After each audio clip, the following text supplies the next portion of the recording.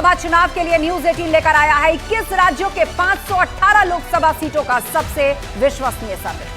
और अब तक के ओपिनियन पोल पर एक नजर डाल लेते हैं, जिसमें अब तक 138 सीटों का ओपिनियन पोल हम आपके सामने रख चुके हैं, जिसमें एनडीए गठबंधन को 83 सीटें मिलती हुई दिखाई पड़ रही हैं और एनडीए गठबंधन को 83 सीटें मिलती हुई यहां पर दिखाई पड़ रही हैं और अन्य के खाते में 4 सीटें जाती हुई दिखाई पड़ रही हैं। बिल्कुल, तो अभी तक जितनी सीटों का डेटा रिवील हुआ है हम आपको बता रहे हैं। पंजाब की भी बात हम करेंगे, हिमाचल की बात करेंगे, दिल्ली की बात करेंगे, लेकिन आप देखिए आईएनडीआईए गठबंधन 51 सीटें अभी तक जो है वो बढ़त बनाती हुई दिखाई दे रही है। 138 सीटों का डेटा हमने रिवील किया है। 518 लोकसभा सीटों का ये सर्वे है, जिसमें 51 सीटें आईएनडीआईए के खाते में जाती हुई नजर आ रही हैं और साथ ही 83 सीटें मिलती हुई साफ तौर पर एनडीए को दिख रही हैं। इसके अलावा अन्य 4 ऐसी सीटें भी हैं जो अदर्स के खाते में जा रही है। तो कुल मिलाकर अभी तक की तस्वीर में एनडीए को भारी बहुमत यहां मिलता हुआ दिखाई पड़ रहा है। 138 सीट की तस्वीर हमने आपके सामने रखी है। 543 में से अगले कुछ पलों में कुछ और स्टेट के आंकड़े हम आपके सामने रखेंगे और साथ ही साथ ये भी बताएंगे कि पंजाब में, हरियाणा में और हिमाचल में क्या स्थिति बन रही है। बिल्कुल, और बड़ी खबर आपको बता दें, अगला डेटा जो सामने आने जा रहा है वो पंजाब की 13 सीटों के ओपिनियन पोल का है। पंजाब की 13 सीटों का ओपिनियन पोल, यहां पर एनडीए गठबंधन को बढ़त मिलती हुई नजर आ रही है। एनडीए की बात हम करेंगे, पंजाब की 13 सीटों का ओपिनियन पोल जहां पर आईएनडीआईए गठबंधन को बढ़त मिलती दिख रही है। यहां पर दरअसल कांग्रेस पार्टी और आम आदमी पार्टी अलग अलग होकर चुनाव लड़ रही हैं और अभी जो तस्वीर बन रही है 13 सीटों को लेकर वो बता रही है कि आईएनडीआई गठबंधन को फिलहाल यहां पर बढ़त मिल रही है और एनडीए को भी सीट मिलने के आसार यहां पर दिखाई पड़ रहे हैं। ये फिलहाल अभी तक की तस्वीर है पंजाब को लेकर। तो बिल्कुल एनडीए को भी सीटें मिलती हुई दिख रही हैं, सीटें मिलने के आसार है। उतना खराब परफॉर्मेंस नहीं है जिसका दावा यहां पर विपक्ष कर रहा है। तो पंजाब में हम आपको बताएं 3 सीटें जो है वो एनडीए को मिलती हुई नजर आ रही हैं, उसके आसार यहां पर दिख रहे हैं। हमारे सर्वे से ये बात निकल करके सामने आई है। तो दूसरी तरफ आईएनडीआईए की बात करें तो 7 सीटें उसके खाते में जाती हुई नजर आ रही हैं। अकेले कांग्रेस की बात करें तो आप देखिए 7 सीट फिलहाल यहां पर कांग्रेस के खाते में जा रही है। दरअसल आम आदमी पार्टी और कांग्रेस के बीच अभी भी गतिरोध जारी है, लेकिन फिलहाल जो आम जनमानस की राय है वो हम आपके सामने रख रहे हैं। एक तरफ जहां एनडीए को कांग्रेस पार्टी और आम आदमी पार्टी सिरे से खारिज कर रही है, वहां एनडीए के खाते में भी सीटें जाती हुई दिखाई पड़ रही हैं, अगर हम पंजाब की 13 सीटों की बात करें। और 3 सीटों पर अदर्स का भी असर देखने को मिल रहा है। 3 सीटें ऐसी हैं जहां पर कुछ और पार्टियां या कुछ निर्दलीय जो हैं वो उसको प्रभावित कर सकते हैं। अदर्स के खाते में भी 3 सीटें जाती हुई दिख रही हैं। जनता का ओपिनियन इस तरफ इशारा करता हुआ दिख रहा है।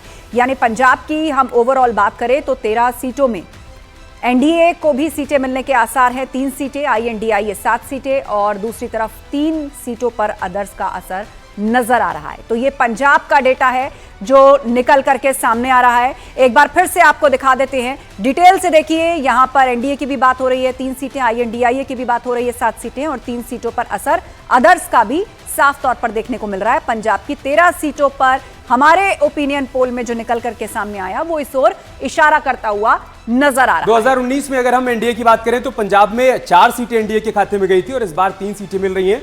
मतलब एक नुकसान हो रहा है, लेकिन वहां मजबूती के साथ आम आदमी पार्टी चुनावी मैदान में उतरी हुई है और कांग्रेस पार्टी भी दम भर रही है। ऐसे में 7 सीटें वहां पर कांग्रेस पार्टी और आम आदमी पार्टी के खाते में जाती हुई दिख रही हैं। ये फिलहाल पंजाब की पब्लिक का मूड है।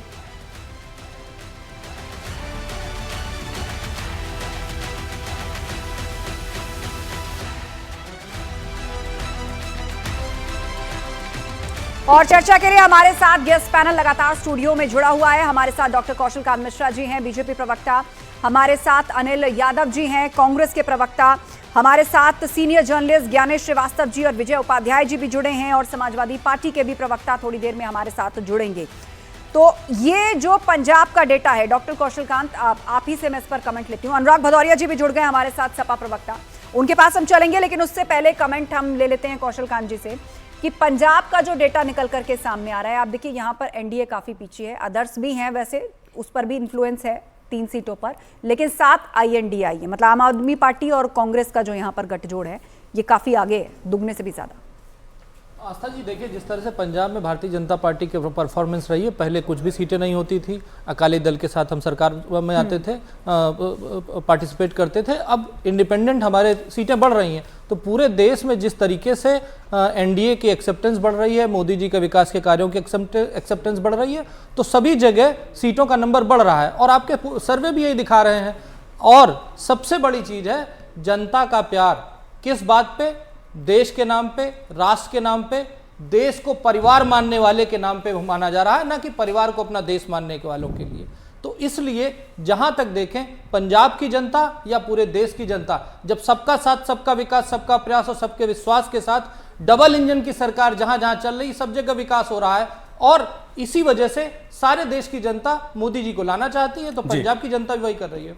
अनिल जी, आप लोग सिरे से खारिज कर रहे हैं कि वहां पर एनडीए का खाता नहीं खुलेगा। आम आदमी पार्टी भी हर मत से दम भर रही है कि जो विधानसभा चुनाव में हुआ वही तस्वीर आपको लोकसभा चुनाव में देखने को मिलेगी। जनता का मूड ये कह रहा है कि नहीं, 3 सीटें ऐसी हैं जो एनडीए के खाते में जा सकती हैं।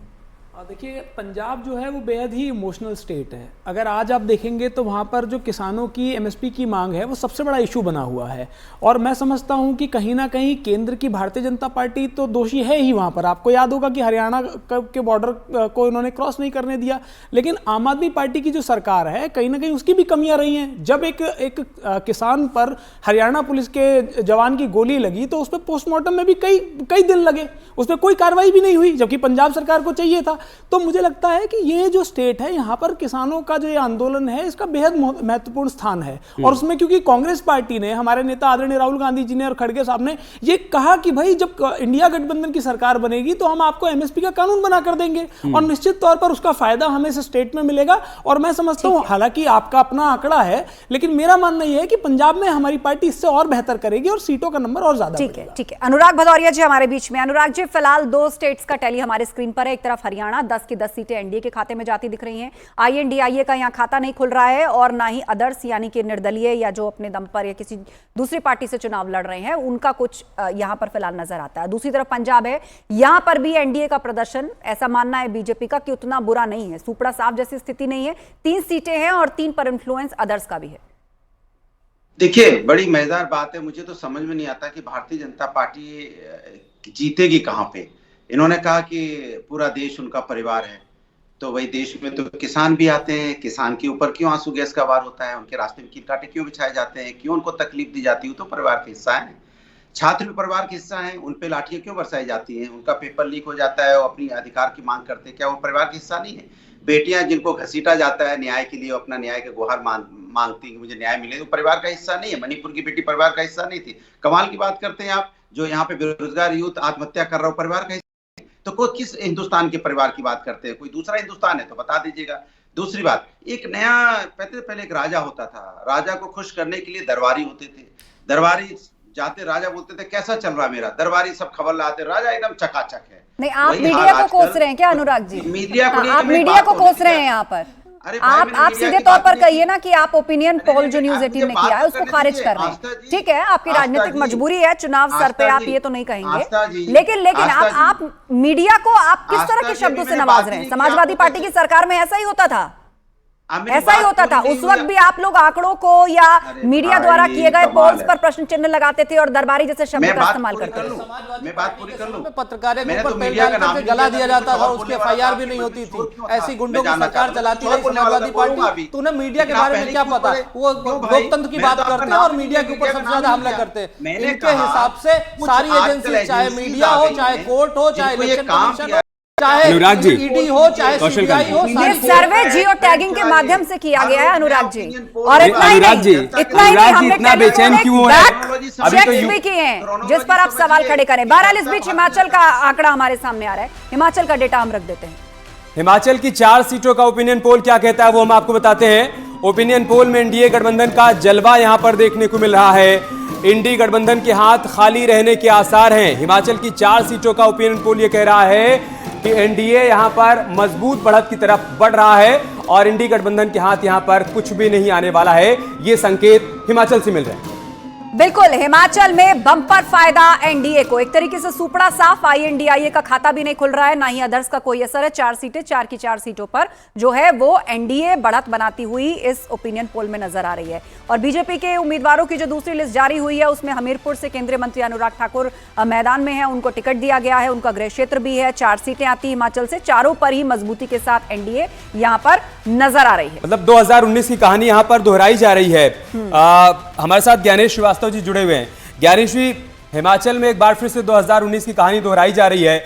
विधानसभा चुनाव में कांग्रेस पार्टी ने कमाल किया और उसके बाद कांग्रेस का मनोबल बढ़ा। कांग्रेस को लगा कि हिमाचल से हमारे लिए संकेत मिल रहा है कि हम 2024 में बेहतर प्रदर्शन करेंगे, लेकिन हिमाचल ये कह रहा है कि नहीं भैया, हमने जो 2019 में किया था वही 2024 में करेंगे। नहीं, ये जो आंकड़े आपके हैं मुझे भी चौंकाने वाले हैं। ऐसा होगा नहीं, क्योंकि आपको याद होगा जहां से खड़े हुए हैं अनुराग ठाकुर जी, उनकी विधानसभा की सीटें जो है विधानसभा चुनाव में कांग्रेस ने जीती थी। तो ऐसा नहीं है कि वहां पर मजबूत स्थिति में बीजेपी है, कांग्रेस टक्कर देने की स्थिति में रहेगी। और अभी जो आंकड़ा हिमाचल का और पंजाब का दिखा रहे हैं, इसके हिसाब से लग रहा है कि कांग्रेस मजबूती से आएगी, लड़ेगी। अब सीटें कितना मिलेगी, हिमाचल की चारों सीटों ऐसा नहीं लग मतलब रहा आप पंजाब और हिमाचल और हरियाणा में तो खाता नहीं खुल रहा है एनडीए का, आप कह रहे हैं कि मजबूती से टक्कर देगा आईएनडीआईए, इसका कोई आधार? देखिए, पंजाब में अभी जो किसान का आंदोलन है चल रहा है, किसान के आंदोलन से वोटर्स प्रभावित होंगे और खासकर पंजाब और किसान। लेकिन अब आप देखिए कि एक वो किसान आंदोलन था, एक आज किसान आंदोलन है, बहुत फर्क है। इसका यूपी में कोई असर नहीं है, इसका हरियाणा में कोई असर नहीं है, इसका दिल्ली में कोई असर नहीं, इसका राजस्थान में असर नहीं है। सिर्फ और सिर्फ पंजाब के किसानों को दिक्कत है। देखिए, ऐसा है, देश का राजनीतिक समीकरण अभी बदलने वाला है, क्योंकि भगदड़ हर पार्टी में बची हुई है। आप देखिए कि बीजेपी से भी लोग कांग्रेस में आ रहे हैं। और अभी जो एसबीआई वाला मामला है, 15 मार्च के बाद चीजें और बदलेंगी, प्रभावित होंगी उससे। हमें सहयोगी निखिल के पास जाना है, लेकिन उससे पहले अनिल जी आप कुछ कहना चाहते हैं जल्दी से।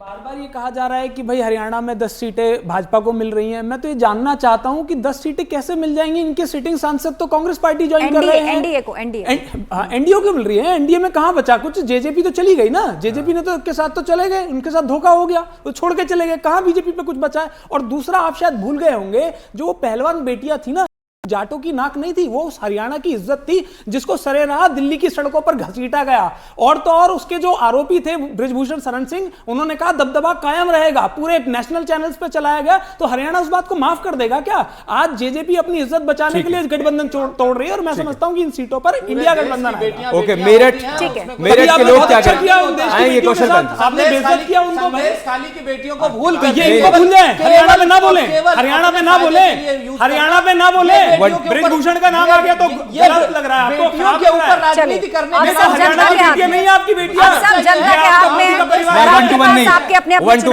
टू वन नहीं। मेरठ से निखिल हमारे साथ जुड़े, एक बार उनके पास से लेते हैं। निखिल, मेरठ के लोग क्या कह रहे हैं इस मेगा ओपिनियन पोल पर? जिन मुद्दों को हमने उठाया है, जिन मुद्दों को लेकर पब्लिक के बीच में गए हैं, क्या कह रहे हैं मेरठ के लोग? देखिए, मेरठ की अगर बात करें तो मेरठ में एनडीए गठबंधन बढ़त बना रहा है, क्योंकि पश्चिम उत्तर प्रदेश में जिस तरह से जाटों का, इसे जाट लैंड कहा जाता है, किसानों की लैंड कहा जाता है, और जिस तरीके से गठबंधन हुआ है, भाजपा और आरएलडी एक बैनर के तले चुनाव लड़ेंगे अब आने वाला चुनाव, तो उससे एक स्थिति बिल्कुल साफ हो गई है कि बहुत सारी सीटें जो असमंजस में फंसी हुई थी वो अब क्लियर होती हुई नजर आ रही हैं।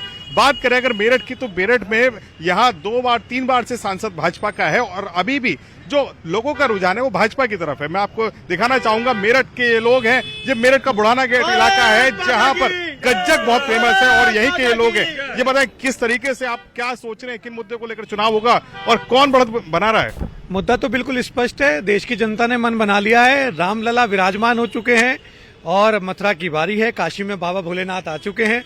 तो निश्चित तौर पर हिंदुत्व की ओर से जो लहर चली है, रामलला के ऊपर जो सनातनी पूरे अभिभूत हैं, तो निश्चित तौर पर बार मथुरा की बारी है। नारा 400 पार का है, क्या होगा ऐसा कुछ? 400 पार जरूर होगा। मोदी जी ने पूरे भारतवर्ष को अपना मान लिया है, पूरा परिवार है, सबके सुझाव ले रहे हैं, पूरे परिवार के बिल्कुल, जनता अपनी राय है, स्वतंत्र है, अपने अपने हिसाब से लोग अपनी अपनी बात रख रहे हैं। आपके पास हम लौटेंगे निखिल, लेकिन इस बीच दिल्ली का भी आंकड़ा हमें मिल रहा है। वो आंकड़ा सीधे हम अपनी स्क्रीन पर रख देते हैं। दिल्ली से क्या खबर आ रही है? ओपिनियन पोल के मुताबिक 7 सीटों का ओपिनियन पोल, दिल्ली में 7 संसदीय क्षेत्र है, 7 सीटें हैं और उन पर आईएनडीआईए गठबंधन के हाथ खाली रहने के आसार नजर आ रहे हैं। आईएनडीआईए का खाता नहीं खुलेगा, इस तरह के आसार नजर आ रहे हैं दिल्ली के ओपिनियन पोल में। तो दिल्ली में एक बार फिर से कहा यही जा रहा है कि 2019 वाली तस्वीर यहां पर दोहराई जाएगी, लेकिन 7 की 7 सीटें एक बार फिर से एनडीए के खाते में जा रही हैं और आईएनडीआई गठबंधन को फिलहाल एक बार फिर से यहां पर शून्य ही मिल रहा है। तो 2019 में भी दिल्ली की सभी 7 सीटों पर कमल खिला था और 2024 का ओपिनियन पोल ये कह रहा है कि एक बार फिर से 7 सीटों पर कमल खिलने वाला है। बिल्कुल क्लीन स्वीप यहां पर बीजेपी करेगी, 7 आउट ऑफ 7 ये स्कोर रहने वाला है। और हमारे साथ चर्चा के लिए पूरा गेस्ट पैनल जुड़ा हुआ है। मैं जोड़ना चाहूंगी विजय उपाध्याय जी, सीनियर जर्नलिस्ट हमारे बीच में। विजय उपाध्याय जी, दिल्ली में हमने देखा बहुत से सिटिंग एमपीज के टिकट काट दिए गए, आज भी लिस्ट आई है और 7 सीटों पर बीजेपी ने अपने कैंडिडेट्स डिक्लेयर कर दिए हैं। ये जो 400 पार वाली बात है, ऐसा लग रहा है कि एक एक सीट पर गिन गिन कर प्लस माइनस करके बीजेपी चल रही है। और दिल्ली में जो हमारे ओपिनियन पोल का डेटा कह रहा है वो यही कह रहा है कि 7 आउट ऑफ 7 100% स्कोर यहां बीजेपी करती दिख रही है। नहीं, आपका सर्वे काफ़ी कुछ सही संकेत दे रहा है। दिल्ली वैसे भी बीजेपी के दबदबे का है लोकसभा सीटों के लिहाज से देखा जाए, और विधानसभा चुनाव में लंबे समय से बीजेपी जरूर आउट है। इस बार एमसीडी में भी वो आउट हो गई, तो जाहिर है कि जनता एक बैलेंस रखने की भी कोशिश करेगी कि बीजेपी को जो उनके मेंबर ऑफ पार्लियामेंट चुनाव लड़ें उनके साथ जाए, क्योंकि दिल्ली में कांग्रेस के वोट बहुत कम हो गए, वो आम आदमी पार्टी की तरफ शिफ्ट हो गए। जब विधानसभा चुनाव हुए थे तो भी जो वोट परसेंटेज आया था वो सिर्फ 2 पार्टियों के पास ही था, आम आदमी पार्टी और बीजेपी के पास। तो ये जो पुराने रिजल्ट हैं और जो जनता का मूड है वो इस बात को जरूर इंडिकेट कर रहा है। अच्छा, बीजेपी ने वहाँ पे अपने जो सिटिंग एमपी हैं उनको चेंज भी किया है, तो उसका भी लाभ उनको मिल सकता है। अनिल जी, आप मुस्कुरा रहे हैं, क्या आपको लग रहा है कि 2019 वाली कहानी नहीं दोहराई जाएगी, या फिर जो संकेत मिल रहे हैं कि आम आदमी पार्टी के साथ जाकर आम आदमी पार्टी के खिलाफ जो थोड़ा बहुत नाराजगी थी आप लोगों ने मोल ले ली? अगर आंकड़ों की बात की जाए तो बिल्कुल हास्यास्पद है, और इसलिए क्योंकि जब भारतीय जनता पार्टी खुद जानती है कि 7 में से 6 कैंडिडेट उसे बदलने पड़ रहे हैं। यदि उनके जनप्रतिनिधियों ने काम किया होता तो बदलने की जरूरत तो नहीं पड़ती। वो भी जानते हैं कि भाई जो नाराजगी केंद्र की सरकार से है और प्रदेश में इनके जनप्रतिनिधियों से है, दिल्ली में जो इनके जनप्रतिनिधियों से है, उसको बदलकर ही बचा जा सकता है। तो मुझे लगता है कि जब इनके जनप्रतिनिधियों को पूरी तरीके से जनता नकार चुकी है, और तो और आपने पहली बार सुना होगा कि कोई प्रत्याशी कहता हो कि भाई मुझे अब आपका टिकट नहीं चाहिए। गौतम गंभीर ने कहा कि भाई मुझे आपका टिकट नहीं चाहिए, मैं हाथ जोड़ता हूं, सेवा का मौका दे दिया। क्रिकेट की व्यस्तता बताई है, सरकार के काम उनका अपना एक पैरेलल करियर है एज अ कमेंटेटर। उन्होंने क्रिकेट की व्यस्तता बताई है कि मैं अब ये तो नहीं कहेंगे ना कि भाई मैं मोदी जी आपके काम की वजह से जा रहा हूं। वो आपका इंटरप्रिटेशन है। कौशल कांत जी, इस पर आपका कमेंट, उसके बाद हम प्रयागराज का रुख करेंगे। सर्वेश दुबे हमारे साथ है। कौशल कांत जी, क्या भरोसा नहीं जो चेहरे बदलने पड़े? दिल्ली की जनता बहुत समझदार है, उसे मालूम है कि बैलेंस कैसे रखना है, और दिल्ली की जनता ने हमेशा वैसा ही किया है।